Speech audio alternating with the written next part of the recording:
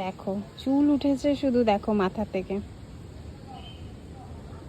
আর এই দেখো আমার চুলটা দিয়ে আমি এই যে ছোট্ট হাঁড়ির মতন একটা এটা নিলাম। আর এই দেখো হাঁড়িটা, মানে আমি প্লাস্টিকটা এই যে খুলে এই যে দেখাচ্ছি, দেখো হাঁড়িটা কি মিষ্টি ছোট্ট একটা হাঁড়ি, দারুণ হয়েছে। মানে ভীষণ খুশি হলাম যে চুল দেওয়াতে যেরকম একটা হাঁড়ি পেয়ে গেলাম সকাল সকাল, ভীষণ মিষ্টি একটা, দুধ গরম জল গরম ছোট্ট একটা হাঁড়ি হয়ে গেল সকাল সকাল। চলো ঘরে গিয়ে দেখাচ্ছি, চলো চলো দেখাচ্ছি। এত চুল উঠছে না, মানে গুল্লু হওয়ার পরে এত উঠেছে চুল, তারও গেটটা লাগিয়ে নি আগে। এই যে হাঁড়িটা দেখাই, খুলে দাঁড়া। আর জানো তো এরকম চুল দিয়ে তো না আমার প্রচুর চুল ওঠে, আর আমি তো সেরকম মানে কেয়ার টেয়ারও করি না, ঠিক আছে, সেরকম আলাদাভাবে কিছু করি না, ওই শ্যাম্পু করি। তেল তো আগে লাগাতাম, এখন কতদিন যে মানে অয়েল ম্যাসেজ করি না চুলে, চুলের একদম যাতা অবস্থা।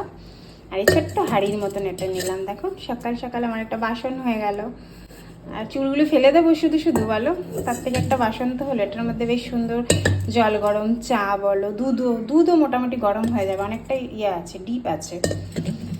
তাই এটা আমার একটা নেশা বলতে পারো, যে মানে ফেলে দেওয়া চুল দিয়ে আমি প্রচুর প্রচুর বাসন নিয়েছি আমার ঘরে। মানে কি বলবো, যখন শুরুটা করেছিলাম তখন তো এই যে এই দুটি গ্লাস আমার সঙ্গে ছিল কোয়ার্টারে, যখন প্রথম শুরুটা করেছিলাম, এই দুটি গ্লাস। আর এই যে দেখাই তোমাদেরকে, এইরকম এই প্লেট দুটো ছিল, তার থেকে এখন ঠাকুরের আশীর্বাদে অনেক বাসন হয়ে গেছে।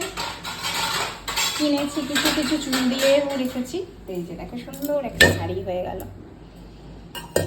তো আর কি বলো, এর চেয়ে ভালো আর কি হতে পারে, একটা ফেলে দেওয়া জিনিস, চুল উঠে যাওয়া চুল, সেগুলো তো ফেলেই দেওয়া হয়, তো তার থেকে একটা বাসন হলো ঘরে, কাজে লেগে যাবে আর কি, রান্নাঘরে কাজে আসবে।